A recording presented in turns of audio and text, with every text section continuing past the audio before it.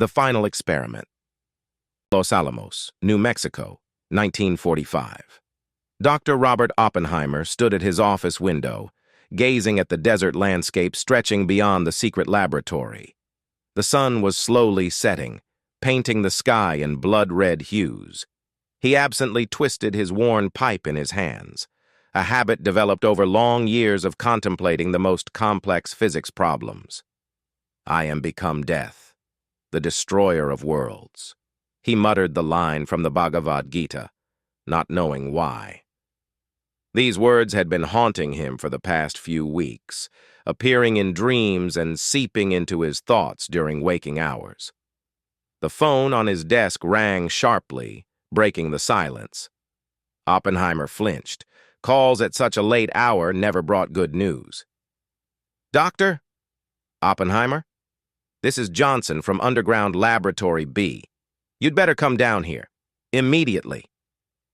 There was poorly concealed fear in the young scientist's voice. Oppenheimer quickly descended in the elevator to the lower level.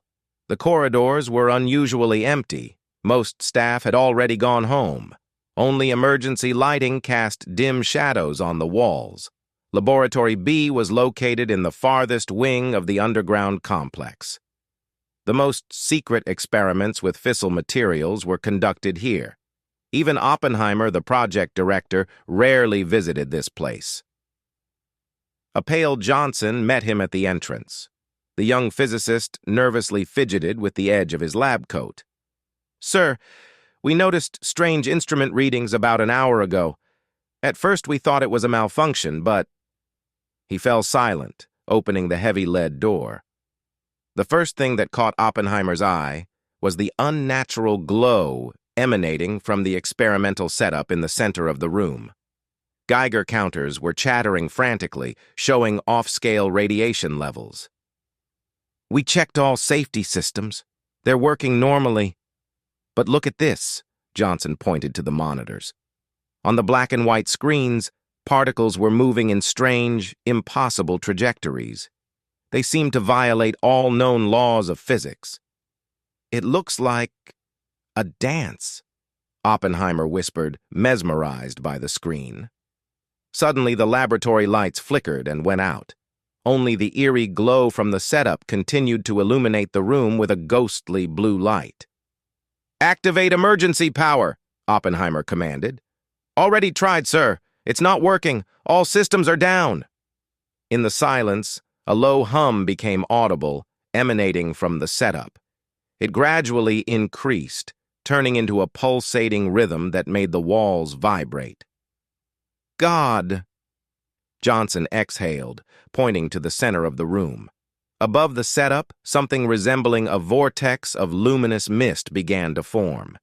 It rotated slowly, emitting strange distortions in the space around it.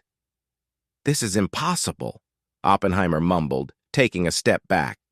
"We weren't conducting any experiments with—" He was interrupted by a deafening crack.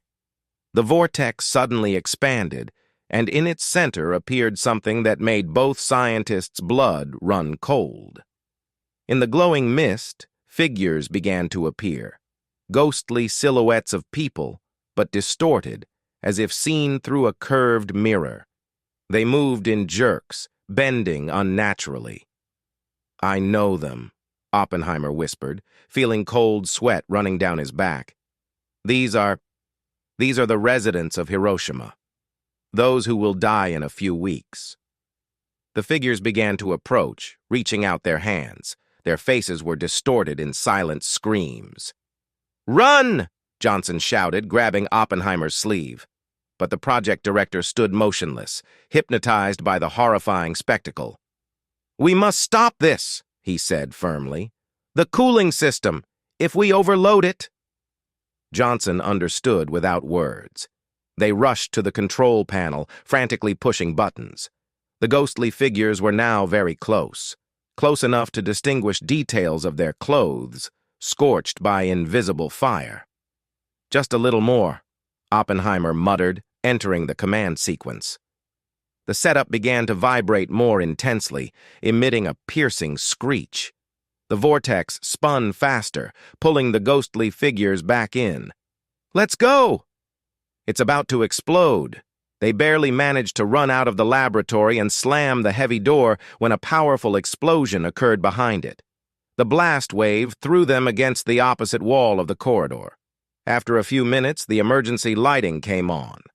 Oppenheimer slowly rose, helping Johnson up. "Are you all right?" "Yes, sir."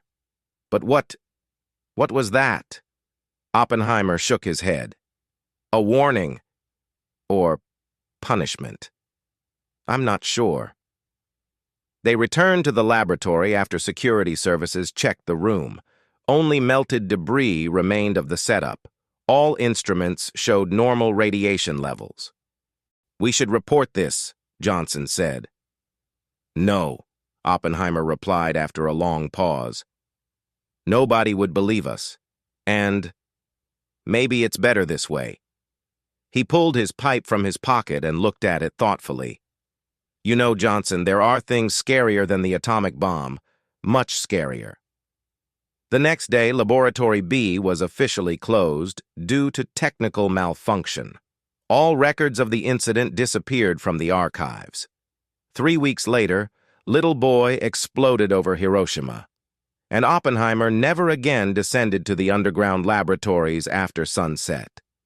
At night, he was haunted by nightmares in which ghostly figures danced in the bluish glow of split atoms, and the line from the Bhagavad Gita sounded like a curse. They say that sometimes, on particularly quiet nights, strange humming can still be heard from the abandoned Laboratory B, and Geiger counters go crazy for no apparent reason. But no one dares to check what's really happening there. Some secrets are better left buried deep underground, along with the ghosts of past and future, who sometimes come to remind us that science can not only create, but also destroy.